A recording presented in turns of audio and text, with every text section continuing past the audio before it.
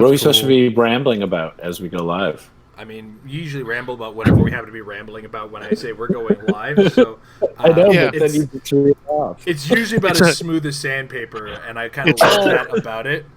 It's all sad. We're like, yeah, I don't feel like going out. Yeah, all of my shows are falling apart. I've been doing a lot of rereading of comics, so that's good. I've been replaying of games. Thank you. Oh, I'm starting to get convinced that Canada Post is stealing all the new video games I've been ordering. So I think. Go ahead. Sorry. Oh, I love that Spider-Man game, eh? I'm so glad that I waited like 2 years behind everybody else. You mean the PlayStation one? Yeah. Yeah, it was on It's sale. incredible. I'm downloading it again. $25. Even though I've already finished it, I'm downloading it again. Just to play it. I've already crushed the main story and got the platinum trophy for that. I just finished the Black Cat side one and got all the trophies for that. So, yeah, and it's sick. I love it. I love it so much. It is so well put together. The fight engine is a classic that we all know from like Arkham games, Batman Arkham games. It's great to fight a crowd, and it's way better with webs. And it's not exactly the same. Like I like the fact that they have modified it enough. Like you can get cornered and beaten down. You have to dodge more Spider-Man. Sure. Like you can't exactly Batman it. I just mean more that the button layout. You know what I'm saying? It's like the same 2-button combo thing when your finisher is ready, and it's the same overall sort of mechanic that's going on there. But it's great. It's it lends itself better to Spider-Man, I think. With the dodging. I would agree. I find it was a bright combination of Spider-Man 2 and the Arkham Asylum combat system. Yes. That's what I think. Like the Spider-Man 2 movie game was just something else. But that said, that Spider-Man's cool, but you know what else is cool when you're using Spider-Man is Heroclix. Yes. Well, hey, Heroclix. it's topical. They based the costume on the super rare, and it's a great super rare. Exactly. It is. Oh, yeah. Yeah. So, that's it. Yes, I'm joined this week by Tom and Mike. Hello. It's anticipation and wish listing week this week. Justice League is supposed to come out on Wednesday. I hope your friendly local game store is able to hook you up, be it by a curbside delivery or a local delivery. I don't know how it's working around everybody, but fingers crossed you can get your JLU. I've got my line all hooked up, so I'm Nice. ready to go. All you need. I hope so. I pre-ordered so long ago, and my hope is that it will arrive at the store and that they will ship it out, because I got a case in the starter and whatever. So there was free shipping, and hey, how lucky for me that a pandemic came along, and I'm really taking advantage of free shipping. Yeah, a lot of things are doing free shipping. So look to your local game stores, find out how they're handling the situation. Tom, did you get your line on yours, or? Nope. I just figured I would figure it out, as I always do. I'll stumble into it. So, Mike, are you getting first dibs to loan to Tom, or am I back on the first in line on that one? I'm sure we'll figure it out amongst us. I'll go for theme right away, and Tom will go for some crazy weird mix, so we'll probably work out better. Yeah. Oh, but hey, we'll be so happy about the fact that we can actually play with our physical Heroclix in physical person again that no one's going to mind parting ways with as much as they want. Yeah. Totally. All right. But yeah, that's what I missed the most, right? It's a 3D game. Oh my god! Like I just got figures recently, and I was so excited for the first moment that I got. I got the Jean Grey Chase from animated X-Men. I got the Immortal Hulk finally. I got a Storm Prime finally. Like I got all this juicy stuff. Another Tri-Sentinel, and it's like, yeah, onto the shelf. Onto the shelf to not be played. Yeah, it's hard. Like I want to cry a little bit when I look at it. I was so excited for it, and then it's like, we don't know. So yeah, it's tough with a 3D physical game with these awesome figures we want to see in these maps. Yeah. Hopefully, when we open up our own, I can convince Amber into a few more games or two, or we can just find the time. I mean, we have found ourselves so well distracted that we forget that we do play Heroclix and we can be playing together, because we have stacks upon stacks of video games over there, and Yes. we have lots of TV to catch up on. Like we have caught up on a lot on our Netflix and Crave accounts, respectively. Like we just caught up all completely on Picard, and oh my gosh, so much TV. Rewatched a bunch of older Star Trek too. So that said, let's get back on topic here. And this week we're going to talk about what we're anticipating and what we really want to get out of this Wednesday's pulls from the Justice League Unlimited set. It's not necessarily what's best. It is what the panel here wants. Tom might want something that's just a little bit weird, and that's fine. It's just what Tom wants. Right. Well, of course, when it comes to it, we do talk about the competitive game. We will discuss why we're considering these things for this particular situation. But that said, I think I kind of want to go first and be weird, if everybody's cool with that.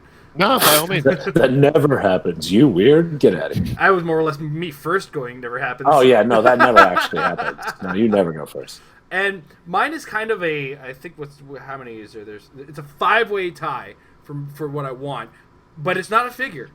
It is the team-up cards for Amazo. I would like a couple of those, because I didn't in our brick that we got from Whiskas, we didn't get any team-up cards for Amazo. We got a Lex Luthor team-up card, and I believe a Superman team-up card. Ooh. But we didn't get any for Amazo. And I think with Amazo being a common as a figure, I feel like the team-up cards for him are actually more of his value, and I think they're actually going to kind of spike how he's seen as a figure. Oh, that monitor is not right. All right. Sorry, I was switching over to HCRM so I could show people while I talk about things, and for some reason one of my monitor feeds is just disgusting. But yeah, so I mean, there's a Superman one which gives you charge and super strike. All of them give you like 2 powers, which is phenomenal. The Flash one is the one, right? Yeah. The Flash one's the hotness. Hypersonic and Super Hypersonic Senses. and Super Senses, yep. I mean, you're a little bit more trusting Super Senses than I am. I might go with the Green Lantern to give me running shot and a range of 6, because I'll just go for the shots. I know how much I miss, and I know how much a good Super Sense roll saves my bacon. And, Hawkgirl does come with the Close Combat Expert sidestep. None of them are, like, a series of powers I wouldn't want to have. Wonder Woman's Energy, Shield, and Flurry. And what this does is this increases the pool of powers that Amazo is going to have. And as a result, I'm going to have more powers that can reduce the amount of damage he's going to be taking. Because if I have a power that your character is attacking me with has, then I'm only taking 1 damage. So by having these 2 and then picking 1 from somebody else on my team, that's 3 powers out of nowhere. And I love that idea altogether. So Amazo cards is what I'm more or less looking for. I can assume I already have one from the brick that we got from WizKids, and I can assume that I'm gonna get an Amazo or 2. So I'm more excited about the cards for him than I am for the figure himself. That's it, Tom. What is your first pick there? Yeah, we're doing 3, right? We are doing 3, yes. I mean, the challenge here for me is twofold. Number one, I'm personally not going to name any of the chases because, frankly, I'm happy to get any of them, and I'm not really that invested in any of them particularly. I mean, if I really got bent into shape about that type of thing, then it would be difficult for me because I don't really chase as such. So, I mean, I'm all happy to be lucky, and that would be cool. But and I think that there are some that are better than others, as we've talked about on the show before. But I don't want to get my hopes up around the chases because, frankly, anything that I can put onto my team for free is something that I'm going to take advantage of doing. So if I pull one, it'll be on my teams regardless, and it feels like cheating. So when I set the chases aside, then everything I really want is a super rare, and that feels lame too. So I'm going to start out by throwing in an unexpected pick. Probably not a particularly good one, but all the same, you know what? I'll screen share it. Why not? It'll be more dynamic this way. I was going to do it anyway if you want to just say are you? it. Oh, then yeah, go for it. I'm just more mad he's already, shit all over. I mean, pardon, chases and Superman. I don't want to pick any of those. Thanks. Hey, by all means, I'm Don't let leaving Tom's it for you. IPA drinking but dissuade you. What was your pick there, Tom? Why don't you go to common number 16, the cheetah? Every cheetah dial is the same as every other cheetah dial. There's one thing I like about this one. Because it's 45 points rather than 50, meaning that they've already expected that you're playing it with the Wakanda bonus so that you can reroll your Blades and Super Senses both times. I think that's fun. I would not be the least bit surprised if they really literally were thinking that, considering it's exactly the same bonus. And I love animals. So, I think that animal themed teams are a possibility. There are lots of good animals, and they keep adding to it. Yeah, this cheetah is nothing special, and I'll be honest, it's not a great choice. But I like the fact that it's got all my favorite sort of for a low point character, low investment, high upside character with super senses and blades. I know that we talk a lot in this show about the fact we don't trust our dice. That may be true to some extent, but I am also willing to play the gamble. And a character like Cheetah is something that you can never fully trust to leave alone, because the super senses could work. She could live forever. The blades could work, and she could be hitting way above her weight class. And she forces your opponent to really consider those things if you put her up in their face.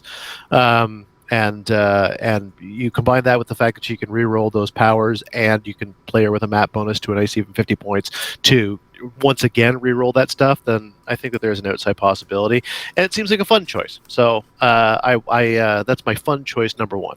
I'm just gonna put down Tom. Give Tom all extra cheetahs. I don't think I said I wanted to play 6 of them. I think animal-themed teams have other good. You're looking forward to it, so I want to make sure your enthusiasm is matched by the number of cheetahs that you get. You are kind. You are kind. All right, Mike, what do you got? I love that pick, by the way, and for exactly the reason you said right away to start. Wakanda forever, man. She's a dream on Wakanda. I thought of that as soon as I saw her too. I'm gonna sort of do my honorable mentions really quick to start, because I sort of agree with Tom, at least in terms of the chase, a chase slot. I think we all, of course, want chases and would be happy to see chases, and we dream of chases. Like, oh my God, if I got 2 of my Ks, I'd be like, like we're all in that world, so we all get it. So I would say, just quickly, out of all the chases, and I'm sure it's no surprise that Gorilla Grodd and Samurai would be the 2 that I want the most. Like, absolutely. Samurai actually main force, looking at main forcing him on a warrior team with an Eddie Guerrero and a Thor, I think it would be fantastic. And Gorilla Grodd at 10 points, either fill-in ruler or sideline. Like, you just can't deny how great those are. So I just wanted to mention them because, again, this is the Meta Lab, and I think they're the most meta. Now that you've brought them up, do you want to follow suit there, Jason, and pick our favorite trouble alert and our favorite troublemaker from the chases? Yeah, sure. Go ahead, say that. Yeah. Yeah, go for it. I was going to say, I'm going to point out that Jay did turn me around on the Wonder Twins. And I'm a little bit more enticed to use them specifically as a support type character. Yep. And then I think, what was it? It was Black Vulcan I was looking at too, because he's got penetrating energy explosion and penetrating poison, and I believe that's also on his Troubler dial itself. Yeah, so you can come in, poison, and if that guy isn't alive anymore, you can now follow up with an energy explosion, or you can Trouble Alert in to a good position and energy explode with some penetrating damage. So yeah, my top 2 would be the Wonder Twins and Black Vulcan. I'll segue off that because I was going to say Black Vulcan is also one of mine. I think Black Vulcan is the super friend I want the most for all the reasons that you mentioned. And again, I might consider main forcing him if I wish that he started with some kind of additional mobility, since his range is not fantastic. But he does have quite a bit of output and quite a bit of like a 6-click dial with some high defenses for only 50 points. So for the fact that he'll be on every sideline and potentially outside possibility of maybe being on a team, Black Vulcan would be my super friend choice. And I think that I'll be lame and say Brainiac is probably my troublemaker choice, because I think he's the best. I didn't want to go for the obvious choice. No, it's funny. Those are my number 2s. Black Vulcan would be my number 2 for the Trouble Alert, and Brainiac for sure would be my number 2 for thing. In terms of not in that big category, the real dream figures. Honestly, my first real want, and I would hope I get, is figure number 49 in the rare slot, Shade. I think he's a fantastic utility piece. I think the fact that he has a mystical generic keyword and with prob on the first 2 clicks makes him absolutely immediately playable and fittable on so many teams, especially, again, because 45 points. His Injustice League trait is great. Why not? Like, if it works, it's literally like, yeah, I got a D6 roll here. Oh, look at that. So that's fantastic. The odds are there's going to be a lot of 100-point or less figures on teams we face in 300-point modern.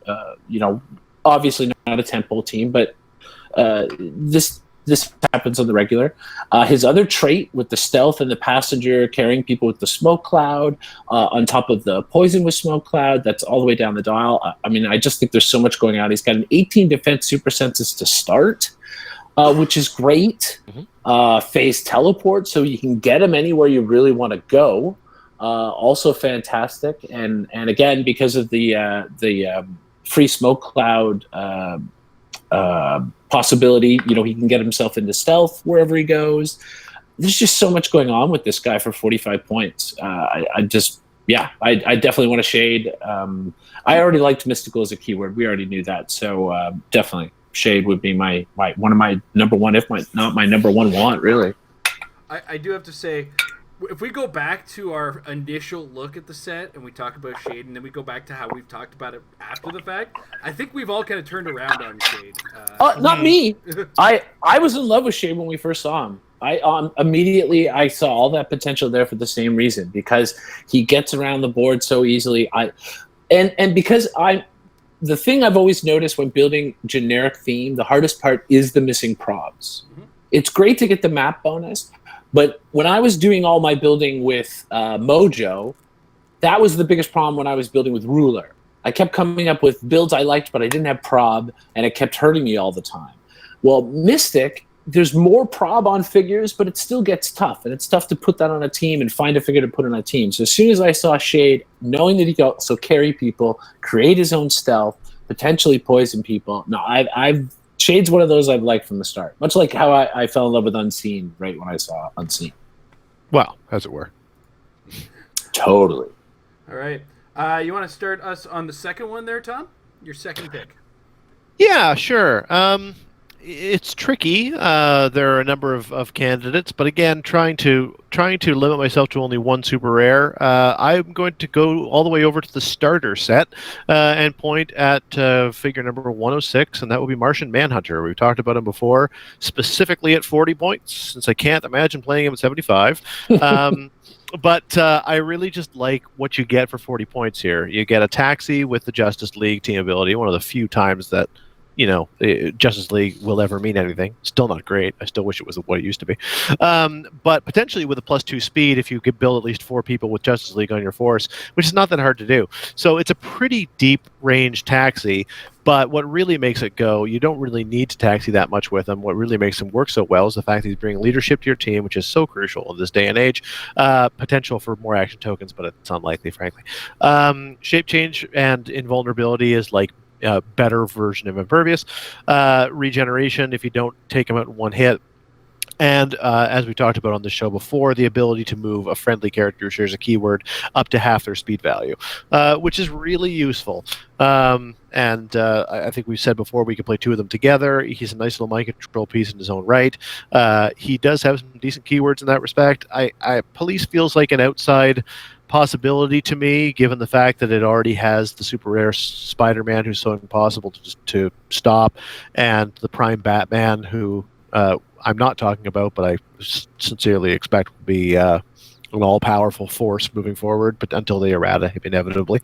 But until that happens, then there's enough police out there to potentially be good. And then, of course, if you're playing him on Justice League, then you get the potentially and probably use that speed bonus to take full advantage and also to send people up the board and stuff. So I think there's just a lot to like in a very compact and effective package.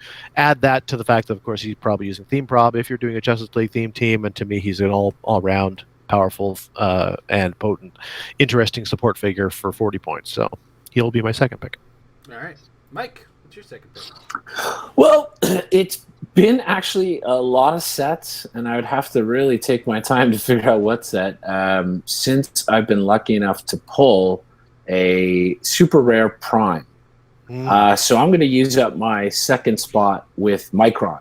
Yeah, man. This is a figure that I've been turned around on. This is definitely one that I looked at and I did not see as much goodness in to start. I thought it wasn't a bad figure, and I always love an 18 defense with super senses. I feel like that's a great way to start anything.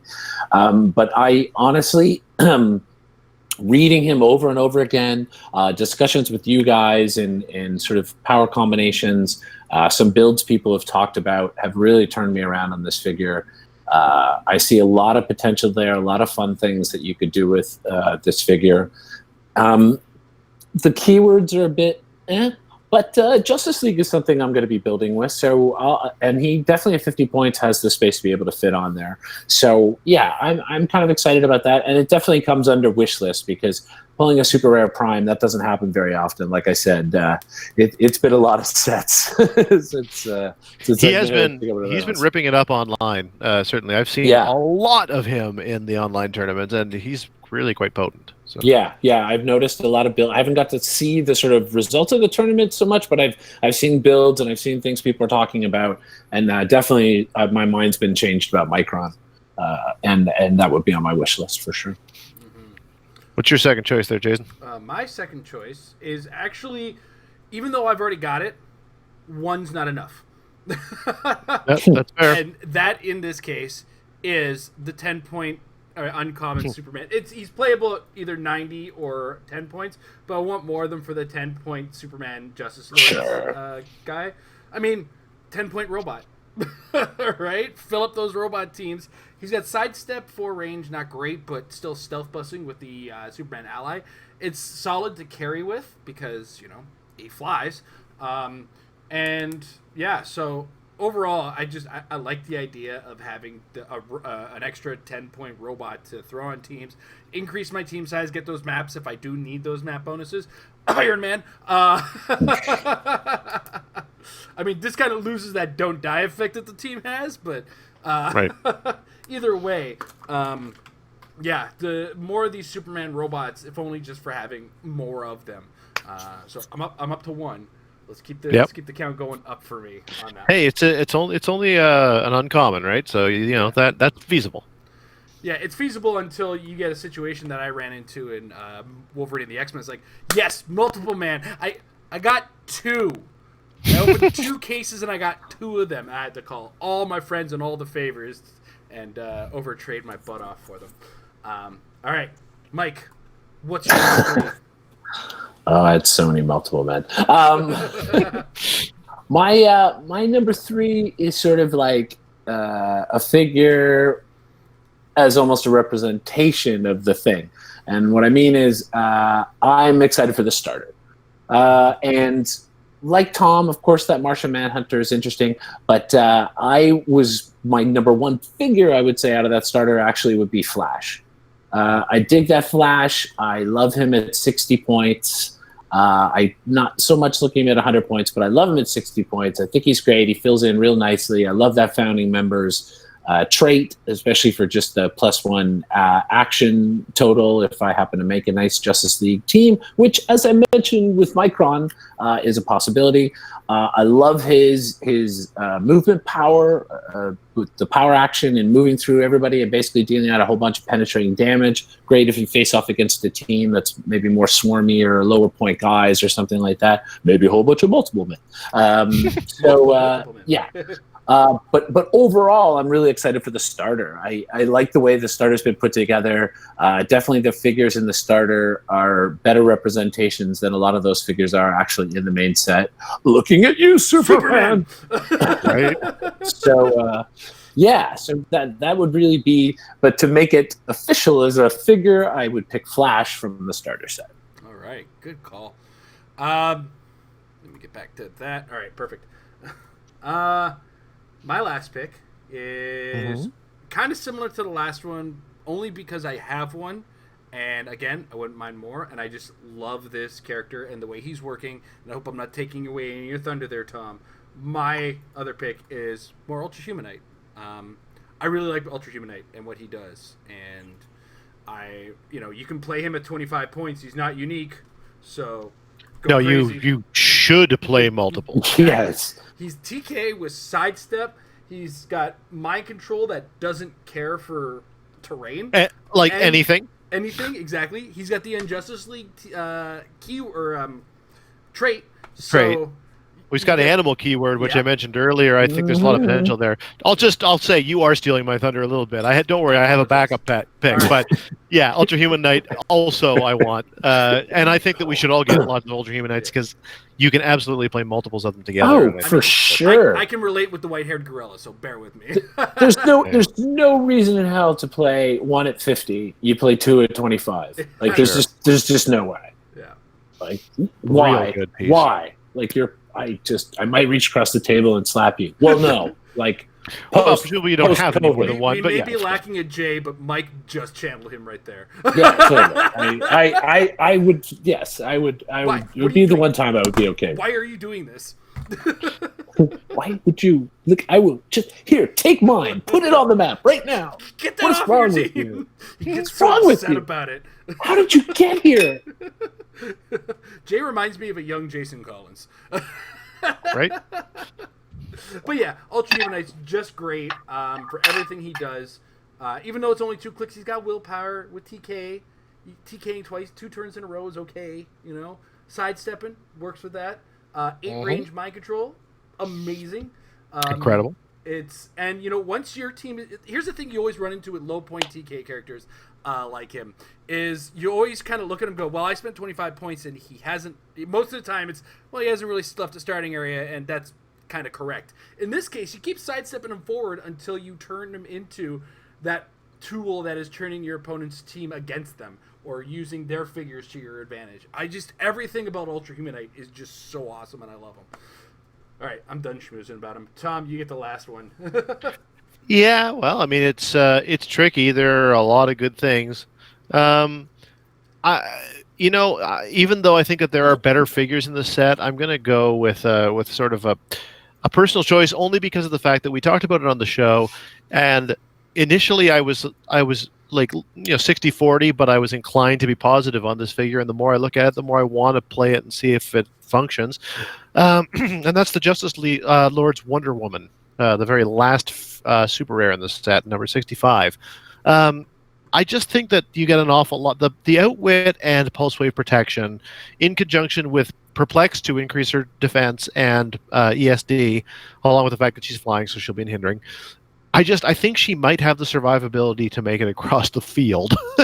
And I know that seems like a minor thing to ask for, but when she gets there, she can deal out a lot of hurt. She can hit people with the object that she's holding. She's fairly equipable. Again, I think she'll be surviving long enough that you should be able to equip her with something that gives her a little bit of extra oomph. And she does have a cool little President is Fallen trait, which can basically completely bone someone's keyword related strategy if that's a big thing for them. Or you can basically do the whole thing with boosting up other Justice Lords. I mean, that's a very specific build, but as Jason has already pointed out on this very show, you can easily get a lot of Justice Lords onto a team if you've got a bunch of Supermen. So you can build around that trait if you really want to. Otherwise, I think that the ability to take away keywords, especially in this like leadership heavy world, is really quite meaningful and really potentially quite useful.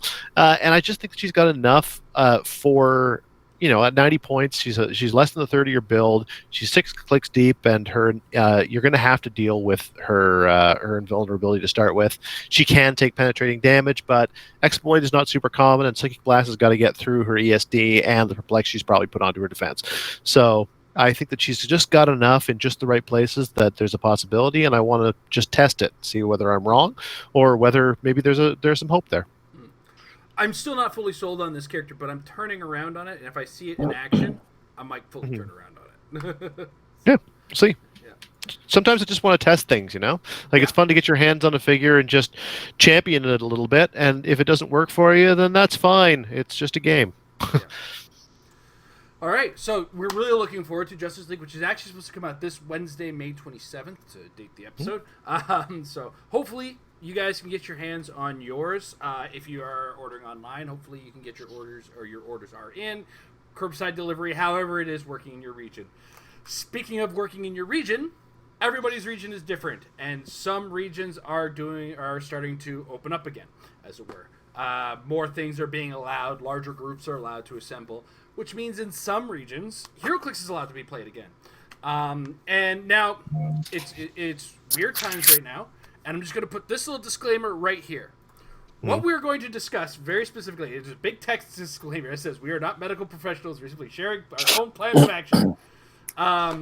Eventually we're going to be able to get out there and play some Heroclix again. And we want to kind of discuss how we plan on kind of re-entering the world if we do get to be allowed to play soon.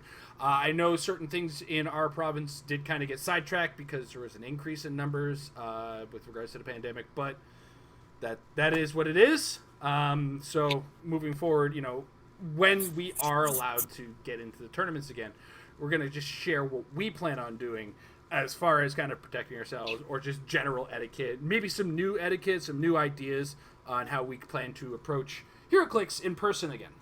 Because online has been great for those of you who can handle it. And I know myself and Mike, we have a harder time with it. I can kind of run my way around Roll20. It's a great little tool, and if I have to do it, I do it, but I haven't really been competing on it per se. Mostly because this thing here, this little thing is a workstation right now, and it's hard to play on it. If you catch my drift. So, that said, I've rambled on enough, and I know Mike's been kind of excited about this particular topic. I say excited. So I want you to kind of take the lead on it, Mike. What are your plans going into the world as we re-enter? I think it's more that I've just had my head in it a lot, especially because I had to think about it for work. I do props, so I handle things a lot, and I've thought a lot about those things for work. I've had to write some papers for my union about the topic and stuff like that. So, and what else do I have to do? I'm in my house.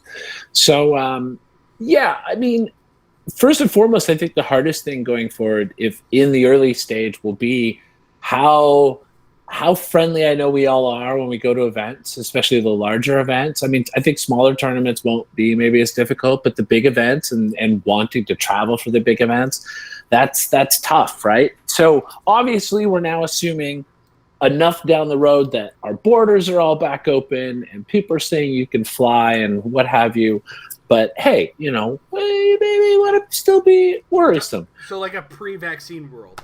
Yeah, but again, it's got to be. We're saying that you're able to go to the big tournaments and stuff. So on a small scale, if I'm only going to local things, then I'll bring gloves and I'll bring a mask to make people feel comfortable and stuff like that. And I think in general, just a dialogue with your opponent ahead of time to say, hey, let's not touch each other's stuff. You'll handle your stuff today, I'll handle my stuff while we're sitting at the table. Maybe we'll throw masks on because we're really close, and we'll have a nice game. We'll be good, and maybe bring a little hand sanitizer pump to have at the table too, and that's really it, right? I mean, there's not much more that has to happen. We already know how to give some good elbow bumps and stuff like that. So I say on the small scale, I think we can do it. I think we can. It's so simple to do something comfortable. On the bigger scale, once we get back to the world where we can go and travel, again, I think the hardest thing is I'm going to want to hug all you people. There's so many players I haven't seen in forever. I'm going to want to hug them and stuff. So I think we're just going to have to, be mindful of some people maybe don't want to be hugged right away. Maybe they're still worried. Maybe they don't think we're okay to hug and stuff. So I think as long as everybody just accepts the fact that somebody else might have a different feeling about how to handle things, but be available to do whatever you can do to make everybody comfortable, right? We'll have plenty of time to hug down the line and stuff like that. So I think the main thing is just immediately sort of just vibe out how the other person feels, because we're all going to have a different kind of thing, and that'll be fun. I really want to do it because, like you said, it's not so much that the mechanic of the Roll20 doesn't work for me. It's more the visual of it. I find myself not motivated. It's almost like I've gone back in time and I'm playing 16-bit video games again. I'm as old as video games, guys. I'm a year older than Pong. Pong was made in 1973. I was born in 72, so I'm a year older than Pong. So I have experienced the entire spectrum of video games and all the iterations. And some people get really excited for the really old things. I feel scarred by them sometimes. I remember how horrible some of those old games were. And it was like, why am I playing this horrible thing? So anyway, this is Mike out of my house. Show him the I got some. You want to see some old stuff, Mike?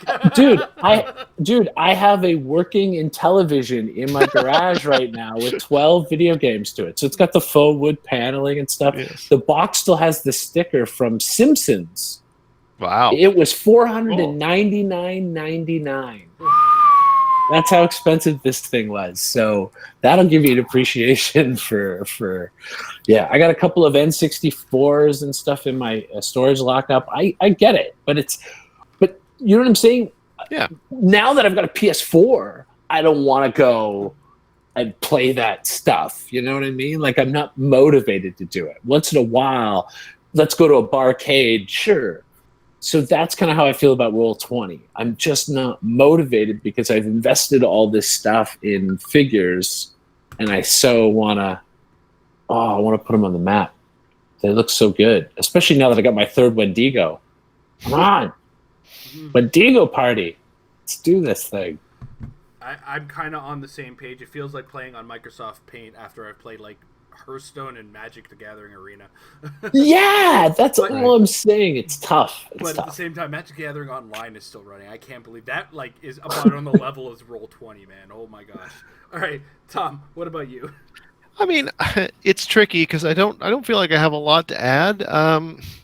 I think Mike makes a lot of good points. I think that there's a few things like having hand sanitizer present is, I think, something that makes everybody feel a little more comfortable. And I'm happy to play with a mask. I'm happy to play with gloves if that's how we want to do it. Gloves only do so much. It's a difficult game insofar as it's hard to play this game, especially now, and you're never going to, well, let me put it this way. It's extremely challenging not to come into any contact with something that's been in contact with someone else. Mm-hmm. So even if we remove the distancing piece and just take the piece of trying not to handle other people's stuff, I mean, whoever wins map, that's the map. And at some point, they've touched that map, and you're touching the map.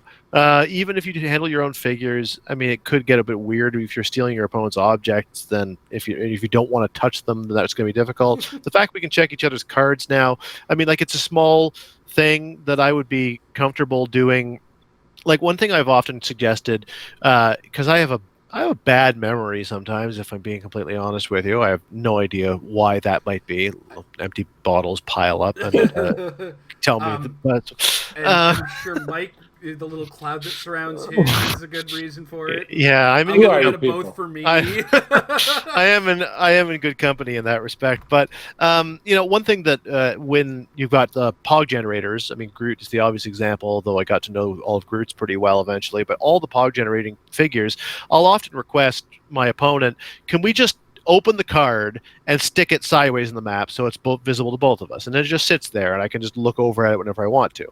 And I would probably argue the same now with backs of cards. I would likely give my opponent the option, like, would you like me to just flip all my cards over and put them sideways on the side of the table so that they're there? Because I know that you can look at them anytime you want, so look at them now. If we want to clarify how a special power works by flipping it back over and reading the front, in some ways that may be more common, especially if I know my team well to go in. And that's another one of these soft tips.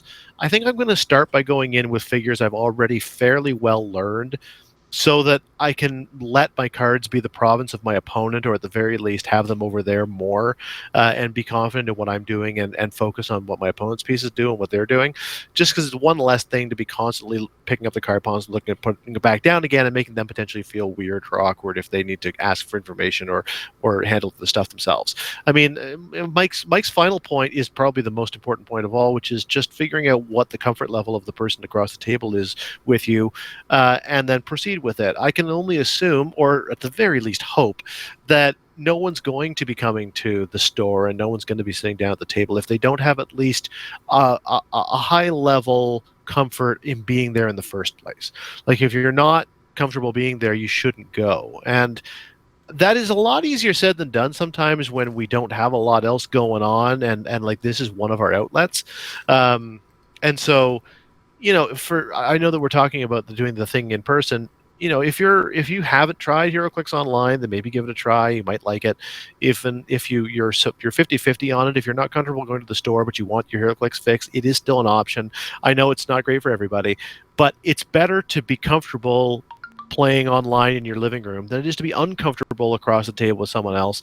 It's going to make you feel bad. It's going to make everyone feel a little weird, and it's going to be that much more challenging to get back from this thing. So my advice to people is to show up when you have some comfort of being there, and then from there be willing to kind of not follow the rules. That's a wrong way of putting it, but be flexible to the needs and the idiosyncrasies of the people that you're across the table from.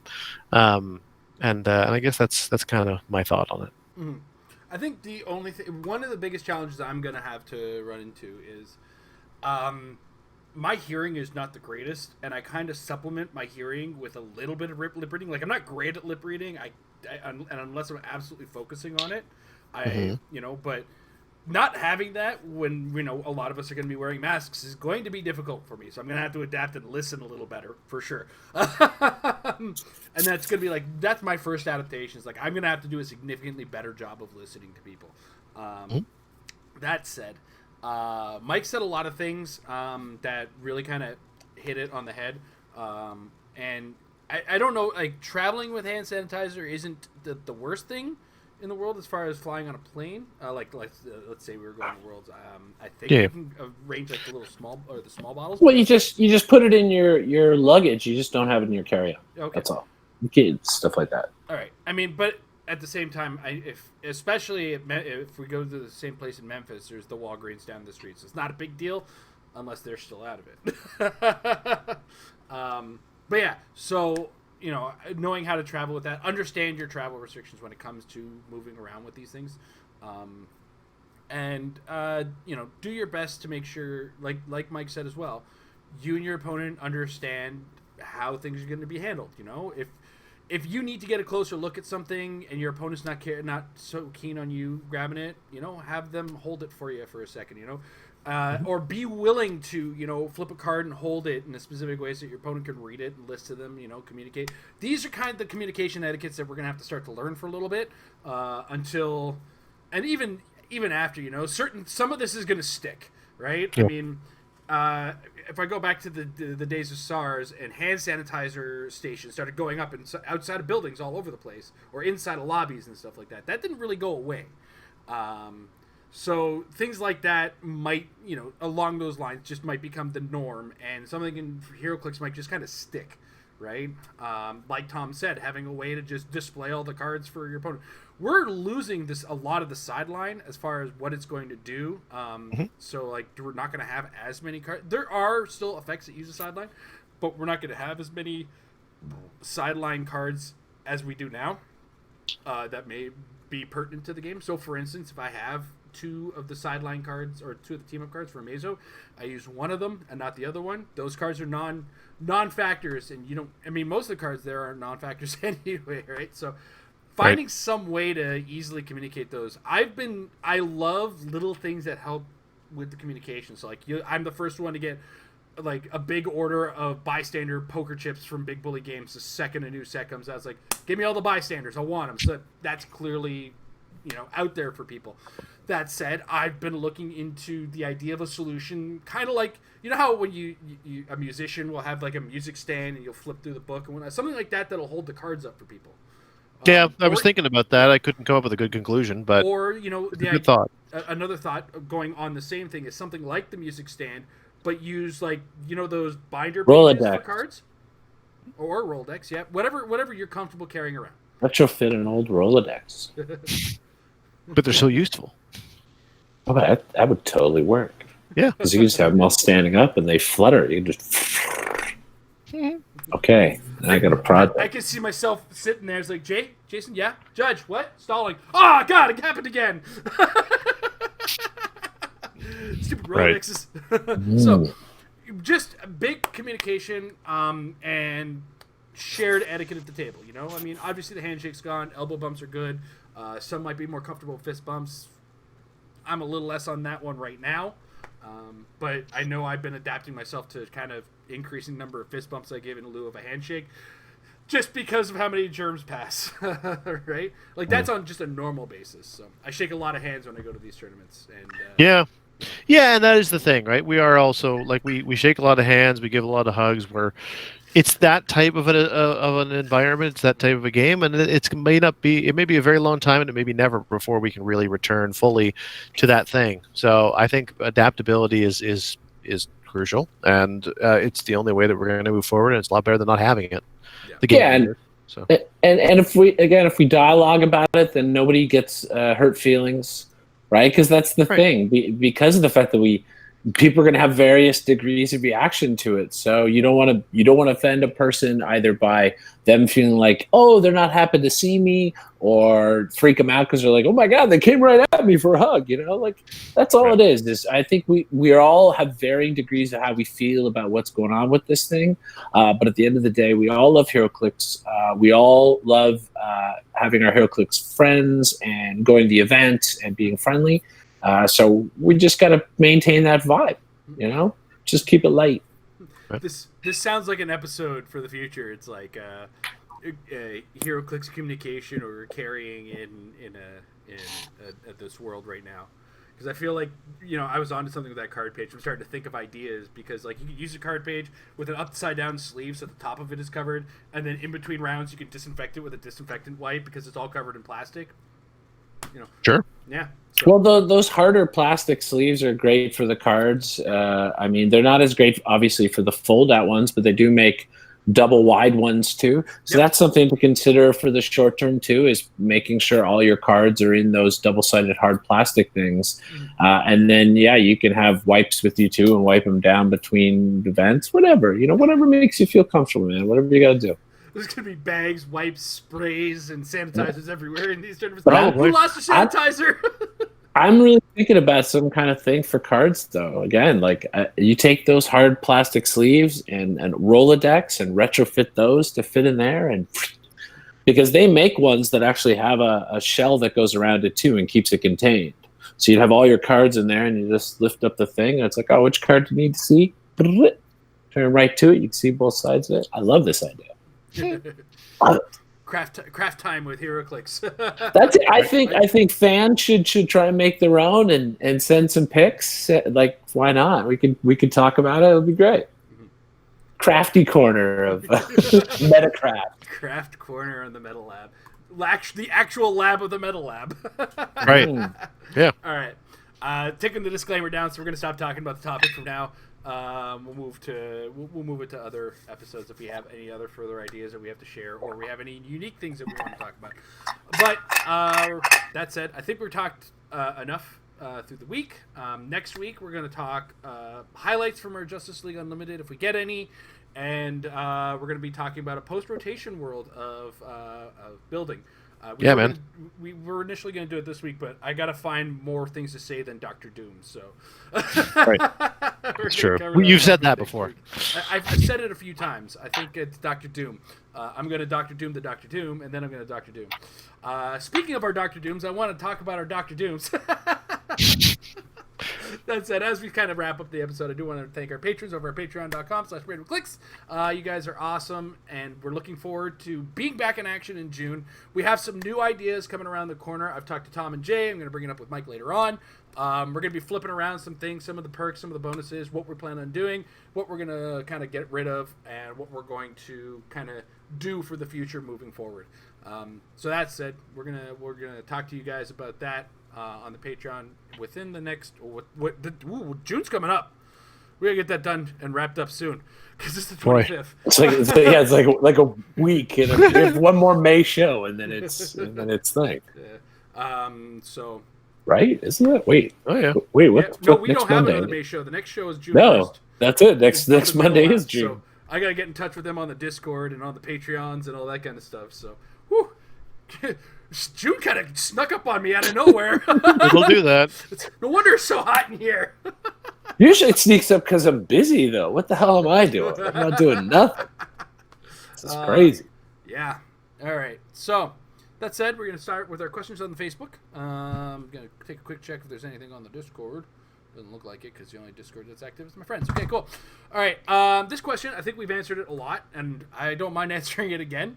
What figures under 50 do you like to use with the Captain America and the Avengers, Steve Rogers? This comes from John Murillo. Mike's got that same face like, oh, here we go again. That's okay. I don't mind saying Mr. Oz like a million times. Mr. Oz. Mr. Oz. All right, so Mike says Mr. Oz. Tom, what do you got?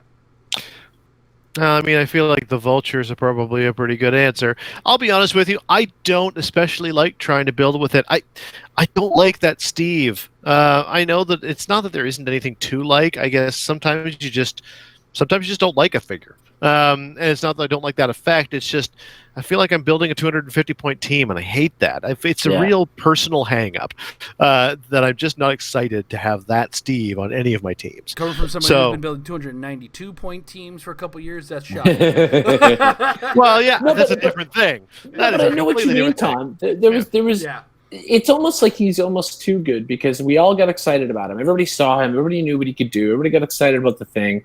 So it's almost like part of it too is like, yeah, people are building with Steve. So what? Like, I don't want to build with Steve like everybody else and their brothers building with Steve, especially because he starts to take you down certain paths, like Mr. Oz, like Vulture, like you end up way more pigeonholed than you think you actually are. And I know that we all love to build with all kinds of stuff, and we love to build our own thing. I know you get even more enjoyment out of making your own team and having it be successful. So yeah, I get it. Like I go to Steve, and then I immediately go as far away from Steve as possible, all at the same time. It's like, I mean, the only things I guess I would go with that. I mean, the Skull is always one that I love, and I think the Skull is fantastic. But I mean, I have to admit that like Batman Prime does everything the Skull does better, much better, for the same points. So I think that's probably on the list too. But I just don't think I will play Steve very often. And I know that it's a good play, but there's a lot of good stuff out there, and I'll play something that's good that is more my speed. I haven't thought about him ever, to be brutally honest. But Martian Manhunter is the one that comes to mind for me. Just the idea of, because Steve adds so much to your team with what he does already. And gives the keyword. And then he gives a keyword, and now Martian Manhunter's got the keyword, which makes it something that your entire team now can use, because if you're building with Steve, you're building a S.H.I.E.L.D. or Avengers team. I don't imagine you doing anything else. So, yeah, Martian Manhunter's the first one that comes to mind when I'm not talking about, my good friend Dr. Doom. So, right. Are we sick of him yet? Are we sick of you talking about him yet? Nah. It's gonna become a meme on its own. It's barely hit the table. I'm so happy for you to. Table. I'm so happy for you to have him. You can go for at least another year. Enjoy. I'm gonna have more of them soon too. That's the beauty of it. All right. Next up, we have Rick Ryan. I already know Mike's answer to this one. Do you prefer to build theme teams or non-theme for competitive play? What is your favorite combo to have on the board or to build around? Korath and Wendigo seems to be a formidable combo. Mike, do you usually go for theme or non-theme? Well, since there was a long period of time where I coined the phrase "themeta," themed meta, themeta. Yeah, I'm all about theme building. I'm all about keyword building. Like literally, I don't know how to build any other way. I pick a figure, I look at that figure's keywords, I click on one of those keywords on HC Realms unit section, and I start building a team. That, like, seriously, it's like a mental block. I don't know how not to build like that anymore. That's how much I build things. In terms of favorite combination of two figures, honestly, there's so much right now going on. So, and I'm doing the shift from pre-rotation to post-rotation, because really there's not going to be any pre-rotation games going on for me. So I can't say what my combo is right now, because I'm in a fresh new building world, is what I'd have to say. So I don't quite have an answer to that question right now, I guess. I'm sorry. That's fine. Tom? Well, it's funny, because the answer for my entire life has been theme, not as passionately maybe as Mike or Jay, but but certainly I've always enjoyed theme, and it's the first thing I go to. But in the last J or the other J? other J. Okay. I mean, I know you do too, but I really like the other J. Seems to only like it's the difference for me seems to be like that. Mike is passionate about theme. I think Jay Solomon may have forgotten that you can build a non-theme team. Anytime you have the conversation, he gets this look on his face like the keywords suck. There's a moment of confusion when you mention two figures that go together that don't share a theme, because Totally. he's not quite. He's it's like you're saying that you're going to play him with a piece that's Golden Age. It's that type of a look goes across his face. Then you're like, no, you can build non-theme. No, I've always preferred theme, and I still prefer theme, and I probably always will prefer theme. That being said, I am starting to get won over, especially now, to the fact that I want to resist building theme just because it's a convenient combination of figures. I've certainly always been of the impression that if I've built 225 points of figures that share a keyword, then it's just complete anathema to me to think to add to anything that doesn't. But frankly, if it's like 3 figures, I mean, it does depend. The theme probs are nice if it's a name theme. A map bonus is always nice, but teams that really need map these days have a plus 75, so there's no point trying to get that. And so, I just accept the fact that I'm probably going to lose. In fact, these days I build a lot of theme teams with the Iron Avengers map bonus under the expectation that I'll lose map anyway. Because if it's a +4, then I assume I'll lose map, 4 times out of 5. And if the 5th time out of 5 I win and I can use it differently, then I just want to make sure it's a map I don't mind being on. But I don't even really consider the possibility of winning map at all unless I'm at a +6 or more, and even then I never count on it. So I'm no longer building theme teams with the hope of trying to pull off a map strategy. I'm usually building theme teams when there's synchronicity that comes from already being a theme team, and that's especially true of name theme. So with name theme, you always do get the probs, and that's really quite valuable to have everybody on your team able to use prob when they need it. That goes a really long way, and so I will try to do that if I can. When it comes to generic theme, the only real reason I would ever build a generic theme team that is +5 or less is if the team itself already works really well together, and the value proposition of swapping out something that breaks the theme doesn't feel like it's worth offsetting at least the outside possibility of winning map. So that's a really long way of saying I've cooled on theme a bit. It still is my first go-to, but I'm not as married to it as once I was. I go in stages, to say the least. Like 1 week or one year, you could look at my teams and go, Jason never plays theme teams. Another year, it's like he plays only theme teams. And it's really, I just kind of go with the flow of what the team is going to do. Then there was a point where you can turn around and say, well, Jason just wanted to maximize the bystander tokens. And that's just generally it. Like, if I can build a theme team where I get a ton of bystander tokens, I'll build a theme team with it. It's what happened with my robot team that I brought to Worlds. I mean, I got a lot of bystanders out of Iron Man and Thing. Aside from that, it's, how many Dr. Dooms can I get on the team? Look, this is a new role. I'm trying to adjust to this. Yeah. Yes. Moving forward, you'll be playing theme. Latveria. Yeah. Oh, absolutely. All day, Latveria, every day. all day, every day. Latveria. Reed Richards making Doom bots. Dr. Doom hopefully making Doom bots. Doom bots coming out every hole. And I hope not. Man, if I got bystanders coming out of the places that I got bystanders coming out of, oh man, it's gonna hurt on a couple trips to the washroom. That said, that'll go down in the annals of Heroclix. Don't make me the butt of your joke. You asked for it. Yeah. All right. But yeah, so I kind of like Tom, where Tom is kind of shifting away from it. I just kind of go. And if a theme team is a theme team, the theme team's a theme team. If I don't go with it, I don't go with it. I'm not attached to it. And to kind of add to how attached to it Mike is, there was almost an actual murder in the murder room the year that we tried to talk him out of his Justice League team. It was more that my brain couldn't compute. You're like, well, you could do, but that's not theme. Yeah, that's a lot like the J thing. But that's not theme. Well, that's true. When you said that, I actually feel that way. Whenever someone mentions 2 figures together, my immediate reaction is, what keywords do they share? They share a keyword? No, they don't share. Well, then why are you playing them? That's exactly how I feel. That first night I had hair, and now we can see. I tried to help him. It's all coming apart. It's all falling apart. All right, that said, let's move on.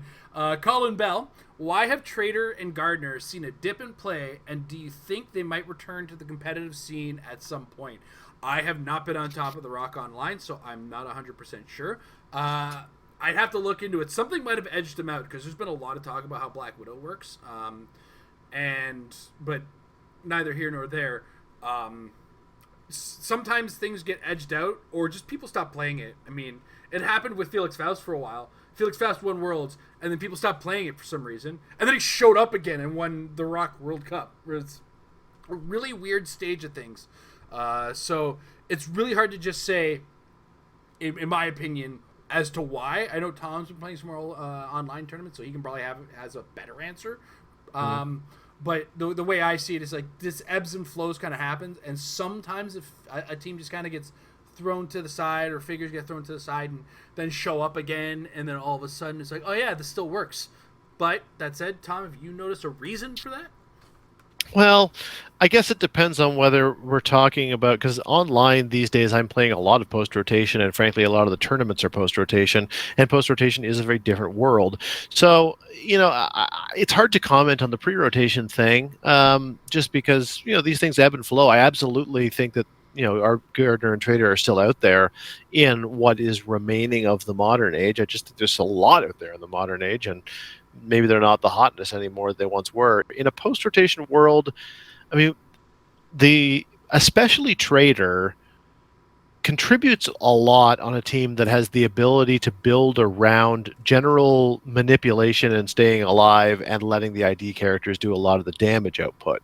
Once you no longer have the ID characters to lean on, it's not that Trader is less useful, because Trader is still useful, but it's a lot harder to kind of survive getting up there and building around teams that have to do the damage.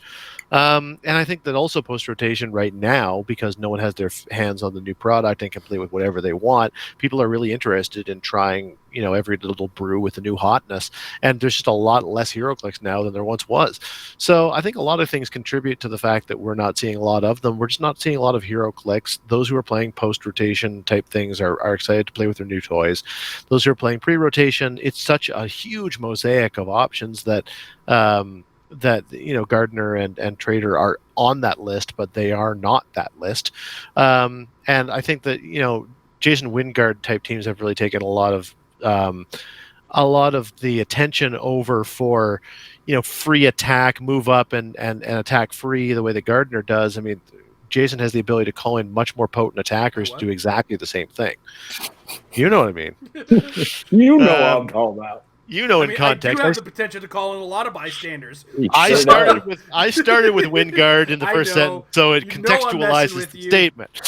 Anyway, so I think that there's a number of small contributing factors, but I don't think by any means that they're out of the meta. All right, Mike. Yeah, I agree with all that. I would just add on as well. Another one of the contributing factors can also just be people get used to it. A lot of times what happens, and what I mean by that is, a lot of times what happens is you see a certain strategy going for a while, people are playing it, people figure out a counter strategy to it. They start to expect to see that team.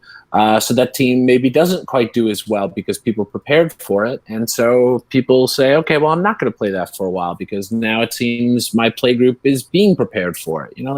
Like they said, there could be a variety of little factors that can all add together that can just make some figures sort of slide out of the main meta for a little while, but they're always there. I mean, Trader and Gardner, there's still a lot of stuff there. They're still totally useful.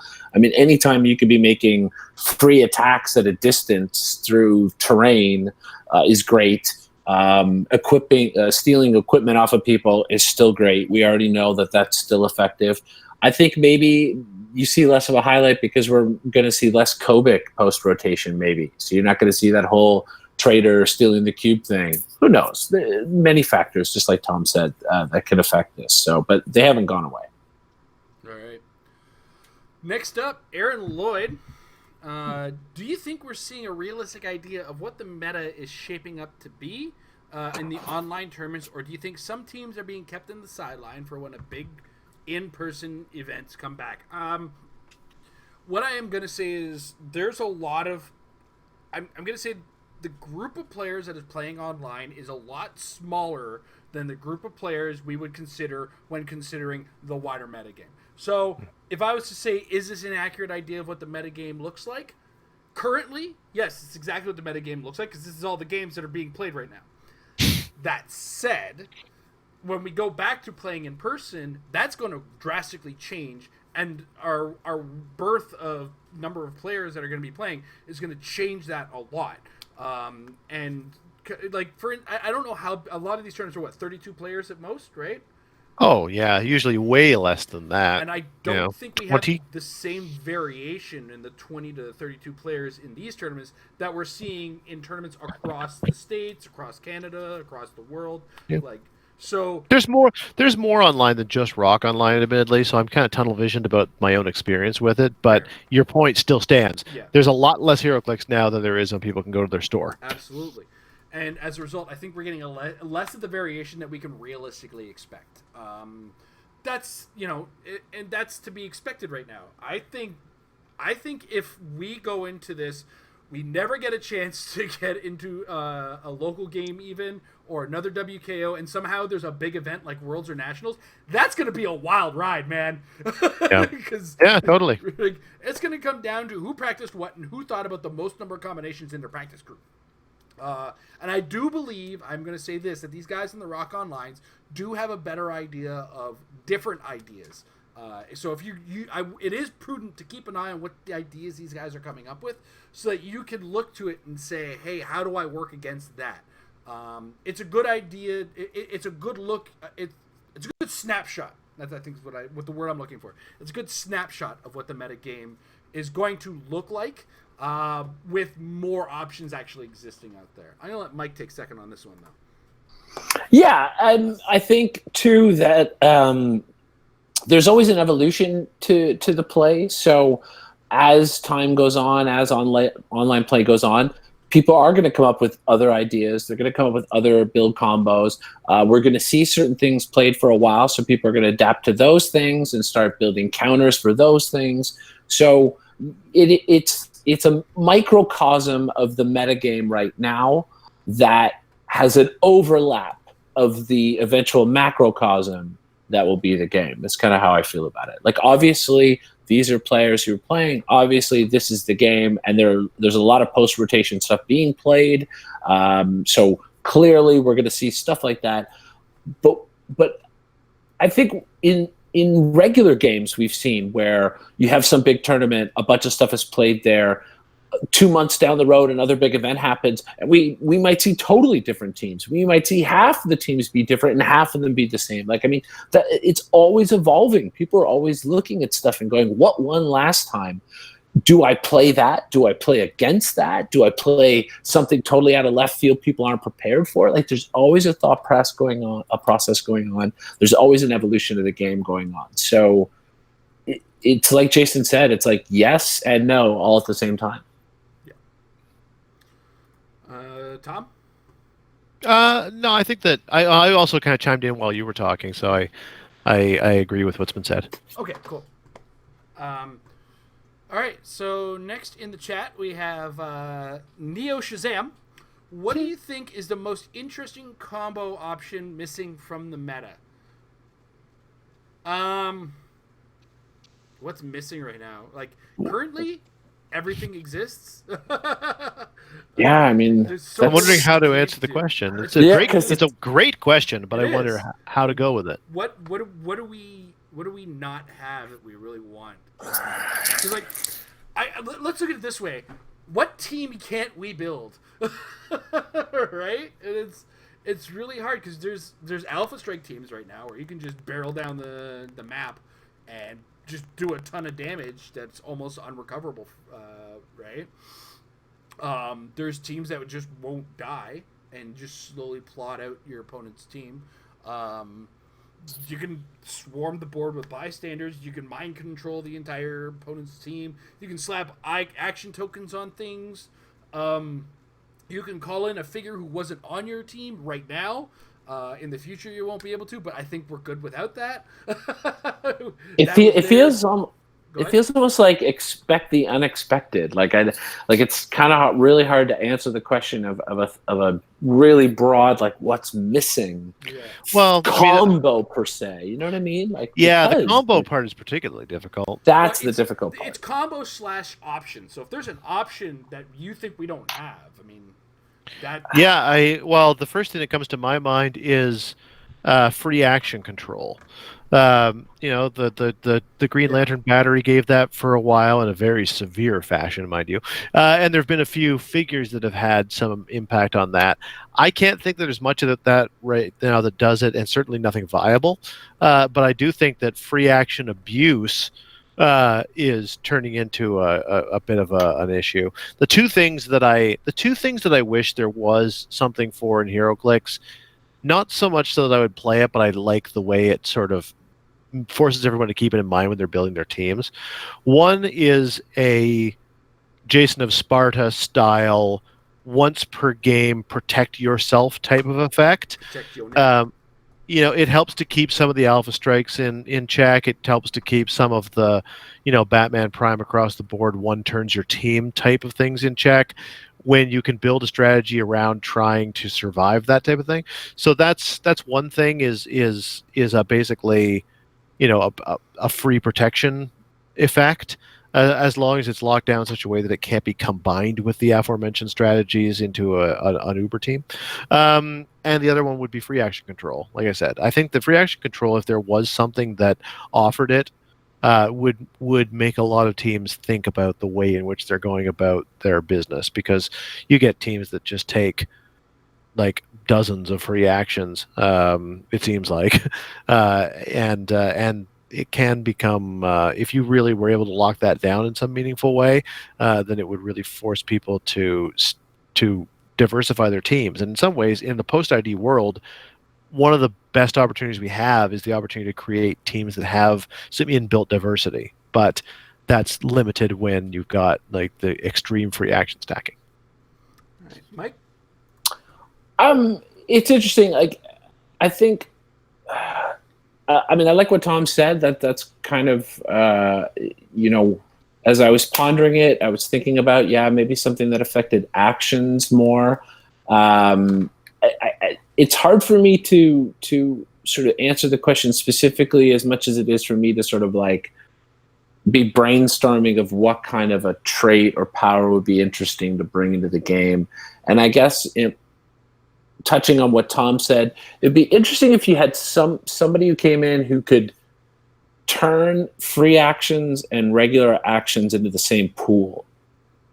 And what I mean is, like, so, if it's a 300-point build and you've got 3 actions, well, now your free actions count as part of your costed action pool. So you don't get tokens for them. They're still free actions, but you're only able to do a combination of costed actions and free actions that equal up to your action pool. So if you have leadership, it's still helpful. You know what I'm saying? Mm-hmm. So if you got 4 actions, you still got 4 actions, but as a way of controlling free actions, now they are part of your costed action pool. How to make if that makes sense. Sidestep is the new leap climb. Right. Yeah, right. Yeah. Well, that's very severe, but it is certainly an option. But I think there's a lot of ways you could go with it, right? Yeah, like, another one would be limiting, maybe even to get away from the fact that some things are not actions, but they're at no cost. Then, if you had some kind of an effect that basically said characters within X number of squares, cannot make an attack if they've already made an attack this turn. I think that something like that would really have a detrimental impact on like Wendigos and things that are just ripping, that could just like rip a team apart under the right circumstances, or Immortal Hulk, or any number of other things of that nature. You would even shut down Flurry at that point. But I don't like silver bullets as much as I like things that sort of help balance the equation in some way. And so, to some extent, Jay's not here, but he's been bemoaning the domination of Chase Black Widow. But I like Chase Black Widow because she's oppressive in what I think is a kind of a good way. Because I don't, and she's also not that she's tough, but not that tough, and I think that she's a really good viable piece for the game. Anyway, I'm getting off topic.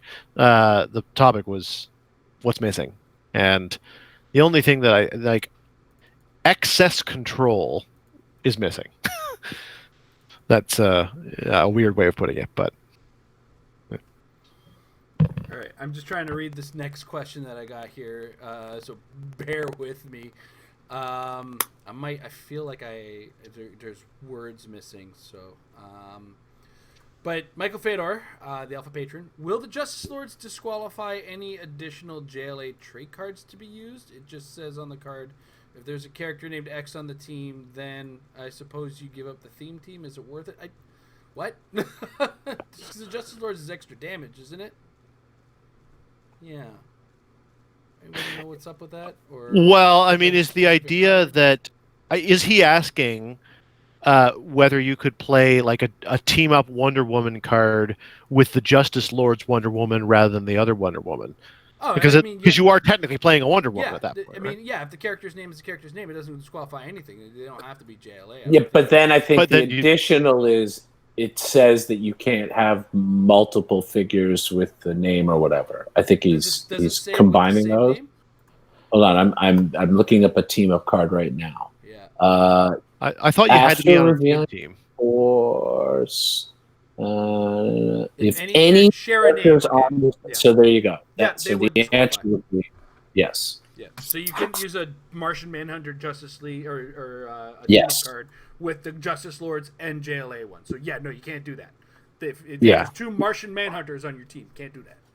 Yeah, and you couldn't if you were looking at a Justice Lords team and filling it up with a bunch of those 10-point Superman, you would immediately break any use of any team-up card for any character on your team because you have multiple Supermans on your team. But correct me if I'm wrong, because I've completely put team-up cards into my brain, assuming I'll never use them or get them for that matter. Do you not have to be playing a theme team to have team-up cards active? No. You don't? Okay. So it's required Highlander, but it's not required theme. Yeah. Okay. It's even harder than some Highlander rules I've seen. Fair. So hey, Mike, remember when we were looking for that game mechanic that encourages Highlander? Yeah, I love it. I like that it's out there. I don't think it does a very good job of encouraging Highlander, but I like the fact that they've taken the step. I think there's limited ways in which it works to do it, but yeah, it's interesting that they've done that thing that we kind of were like, hey, wouldn't it be neat if they kind of went back to discouraging certain things? All right, I believe that's it there, and we covered the one that I saw in the chat, so I'm going to check, make sure there's no new ones in the chat. Swift Mike, just coming back to Clix after playing for the first 10 or so years. What are some competitive pieces I should be looking for in trades? That's a hard question depending on how you want to play the game. So much stuff. So, to kind of put you in a bit of a bubble, if you're like, hey, what are the figures that I must use? It's what I think I can say. Steve Rogers gives you a little bit more flexibility on how you're going to directly play the game. Go ahead. If you want something easier to play, maybe Immortal Hulk. Yeah. I mean, he's just pretty straightforward. I'm hard to kill. Mm-hmm. It's a good call. Tom, you got anything?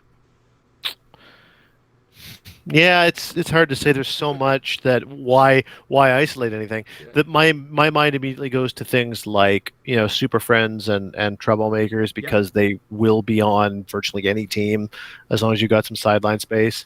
So for the chases specifically, because this seems like a player is a little bit lapsed, the chases from Batman animated series or the new Justice League Unlimited set coming out. Yeah, those are definitely ones that will be on practically any team you build. A lot of the ones that, because there's pieces that see a lot of play, but as a result, they're not going to be that easy to get your hands on. And I don't know if you're really going to want to chase them down. Like Chasing Wingard is definitely one. Mm-hmm. A big pocket full of Tri-Sentinels, a closet full of Wendigos. These are all things that are nice to have, but maybe try to borrow those. I mean, honestly. Yeah, it's a silly answer perhaps, but I think the best answer right now is that there are no pieces that are just fundamental to every build. It's very specialized to the particular thing that you're trying to build. So I would try to get your hands on some sideline valuable player characters like the Super Friends and the Troublemakers, as noted, and then past that, um, try to see what sort of things you want to play. Maybe play some online games, or try to get friends, or people on this very channel or something to send you pictures of pieces so that you can take some for a test run and see what works for you. Mm. As well, I mean, the WWE stuff, pretty super simple to use. So if you're just kind of lapsed and coming back into the game, don't want to get blown out of the water right away, give those a run. Because, nothing wrong with just being able to sit there and roll some dice for a little bit and figure out what's going on around you. Mike, anything you want to add? No. No. This is, I don't really got nothing. It's really tricky, right? Dangerous question to answer, because if we tell somebody you got to get this figure, and they're like, I keep losing with it. Well, we didn't tell you you're gonna win. Yeah, I mean that's really what it is. Like it's so. I mean, you nailed it right away to start. You got to figure out what's your play style. What do you enjoy playing? Because like everybody sort of has a feel for teams that they like to play. I don't really like tent poles because my dice turn on me pretty quickly, and if I'm putting all my eggs in that basket, it doesn't work well. So I would be less looking at tentpole figures, and I'd be looking more at lower point figures that fill in. But maybe you like having one big figure with some support guys. I don't know, man. You gotta go look around, check out what builds other people are playing, and sort of see what fits the vibe of what you like, and then focus on those figures. I was just looking, like, if it's true that, like, it's been, let's say, actually 10 years. Like 10 years ago in Heroclix was 1 year after it came back from premature retirement with the fall of the original WizKids and stuff. He said the first 10 years, so we'll say he stopped at 10th anniversary. Oh, okay. For the first 10 years. So that's a different thing. That's a different point than I was about to make. Because if he's played up to 10th anniversary, then he's well into the swing of resources and things, and those were the things you needed to have. Yeah. And like the 10th anniversary was before the lanterns and all the possessors were out. But certainly, there was a fair mitten full of resources at the time, and those were the things you needed to have no matter what your team was going to consist of beyond that. That doesn't exist so much anymore. Yeah. The closest thing to it are things like Mandarin rings. I mean, I guess that's the other thing. Don't go for figures right off the bat, but try to get your hands on a Remaker and a Spin and a Liar and a Nightbringer and a Zero. In fact, they're all good. Just get them all. If you're looking for figures, maybe figures that come with equipment, the Green Goblin that comes with the Goblin Glider. Goblin Glider's not out of the question yet. The Doc that comes with the octopus arms, right? You can probably skip the Blue Beetle, though. You don't need that Beetle pod for anything. Shut your mouth. First off, it's the Beetle. It's not the Blue Beetle. And it's also Lady. It's also Lady Octopus, not Dr. Octopus. Well, I was just trying to rally. It worked perfectly. Best. And you know who's a really good figure is Mach X. Yeah, love that guy. All right, but yeah, so email us marriedwithclicks@gmail.com, or throw like what you're looking for stylistically into the comments after the show's live or whatever, just so that I can take some time and actually answer the question properly for you, because this isn't like Magic the Gathering. It's like, get these 10 cards, you're good to go to build any deck. It's like, what are you building? Because I can tell you to get everything, and then you can build anything, and we're done with this conversation. Right. But things are winning, things are losing, and things are winning against the things that are losing. We're currently in an ebb flow weirdo time right now, and things could kind of tilt this way or tilt that way. And I don't want to tell you at the current moment to go chase Black Widow, because her price right now is not realistic and doesn't make any sense. It is not the actual price. Ridiculous. So it's ridiculous right now, because the only places you could get that set are Target and whatnot. So I'm not telling you to go chase anything down specifically until we have a better idea of maybe your playstyle, or if you're continuing from that space. And if you're coming from that place where you were in with 10 years in, I'd say start with the WWE and ease your way back in while watching what other people are doing. I, and since we just keep on coming up with things to say, Yeah. Starters. Try to get your hand on some starters. A lot of the maps that come specifically with starters, with the special location bonuses and stuff, will go a long way. You'll play a lot of those in all likelihood, and they really do. They really do help. So, I mean, if you can get your hands on Batman, Earth X, and the new Justice League and Fantastic Four ones, those are all. There's some good pieces in that, and there's definitely a lot of very useful maps. Mm-hmm. All right. With that, it's so I apologize for not necessarily answering the question. It's a hard one. Yeah. It's we did the best we could. We did.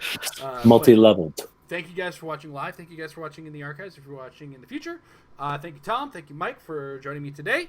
I want to thank sponsors over at MajesticCCG.com. Check out the Apex Insiders. $3 a month gets you access to some of the great brains in the game. There's some really good players sharing their thoughts and what's going on in the game of Heroclix. They have a really good idea of the pulse of the game. And when events start coming up, they're going to be the ones talking about it. And also want to remind you guys, check us out at patreon.com/marriedwithclix. We're going to be rebuilding the whole thing soon, come June 1st. And the big announcement on that is going to be, we're probably going to put it right up on the YouTube so that everybody gets a good idea of what's coming on after we've already told our patrons whether or not they want to stick around or duck out. May 27th, Justice League Unlimited should be in our hands. Rip open some of those packs, come up with some teams, because that's a little bit of practice. Building those teams and practice will make those teams better. Have a good night, everybody.